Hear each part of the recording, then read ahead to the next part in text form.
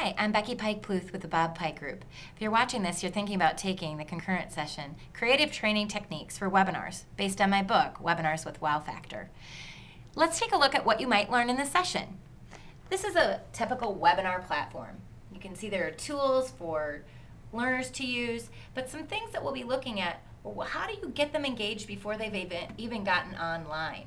This is an example of a soft opener, getting both sides of the brain working before we've even started our session. What about after, you're 15, 20 minutes in, you're bored half to death and you have to keep people engaged every 4 minutes? This is another example of a puzzle that can be used as an engager throughout the session. What about getting them interacting with tools?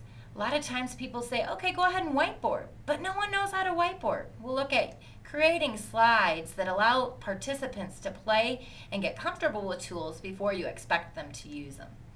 Another thing we'll look at are what are some of the best parts and worst parts of webinars, as well as the 10 deadly sins. What are those? I'll give you one: not using an evaluation. Most people don't take the time to use evaluations in an online atmosphere. Huge deadly sin. And we'll talk about why. What one would you avoid first? Something to take away in your action plan. You'll look at several different things that you want to take away in that action planning time. We'll also look at closers and openers during your session.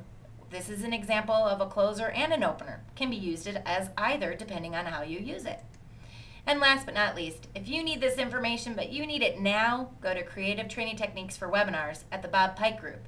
We have a 2-day session, both live and online. Hope to see you at the 2010 ASTD International Conference.